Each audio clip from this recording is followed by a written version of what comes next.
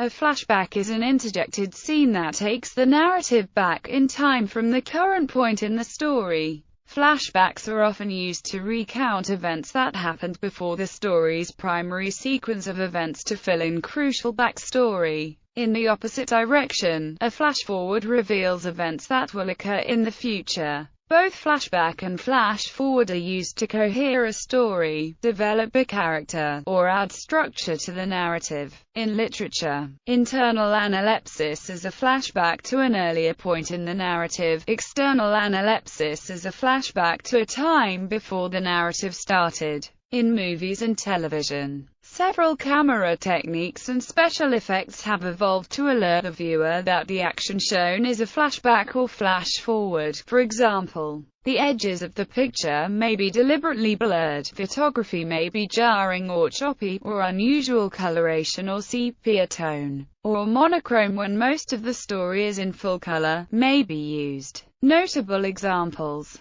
Literature. An early example of analepsis is in the Ramayana and Mahabharata, where the main story is narrated through a framed story set at a later time. Another ancient example occurs in the Odyssey, in which the main action is told in flashback by Odysseus to a listener. Another early use of this device in a murder mystery was in The Three Apples, an Arabian Nights tale. The story begins with the discovery of a young woman's dead body. After the murderer later reveals himself, he narrates his reasons for the murder in a series of flashbacks leading up to the discovery of her dead body at the beginning of the story. Flashbacks are also employed in several other Arabian Nights tales such as Sinbad the Sailor and The City of Brass. Analepsis was used extensively by author Ford Madox Ford, and by poet, author, historian and mythologist Robert Graves. The 1927 book The Bridge of San Luis Rey by Thornton Wilder is the progenitor of the modern disaster epic in literature and filmmaking, where a single disaster intertwines the victims, whose lives are then explored by means of flashbacks of events leading up to the disaster.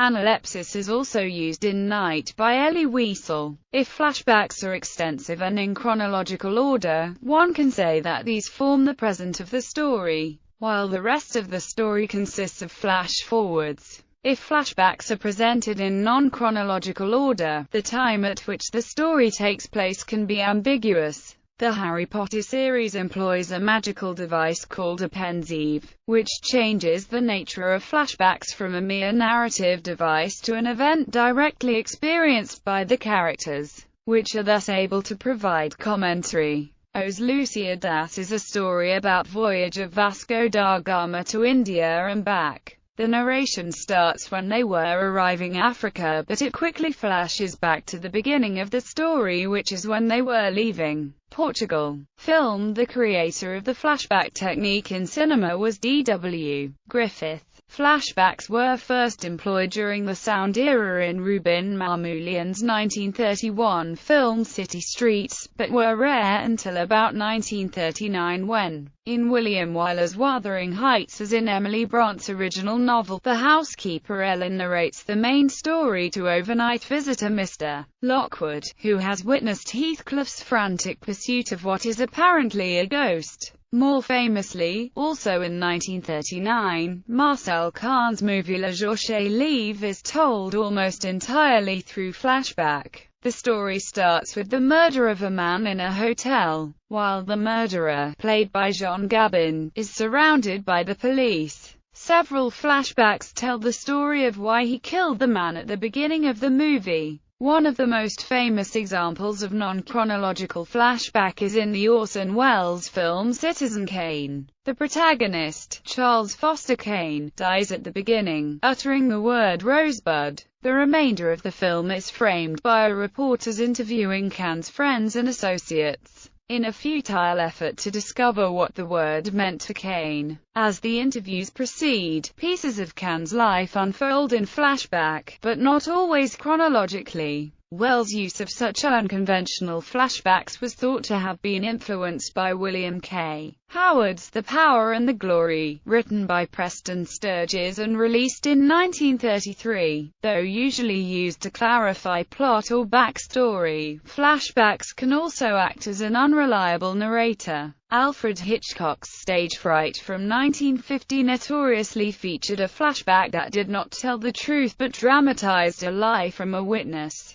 The multiple and contradictory staged reconstructions of a crime in Errol Morris's 1988 documentary The Thin Blue Line are presented as flashbacks, based on divergent testimony. Akira Kurosawa's 1950 Rashomon does this in the most celebrated fictional use of contested multiple testimonies. Sometimes a flashback is inserted into a film even though there was none in the original source from which the film was adapted. The 1956 film version of Rodgers and Hammerstein's stage musical Carousel used a flashback device which somewhat takes the impact away from a very dramatic plot development later in the film. This was done because the plot of Carousel was then considered unusually strong for a film musical. In film version of Camelot, according to Alan J. Lerner, a flashback was added not to soften the blow of a later plot development but because the stage show had been criticized for shifting too abruptly in tone from near comedy to tragedy. A good example of both flashback and flash-forward is the first scene of Larghetto. As we learn a few minutes later, what we are seeing in that scene is a flashback to the past, since the present of the film's diegesis is a time directly following World War III. In other words, he is proleptically seeing his own death.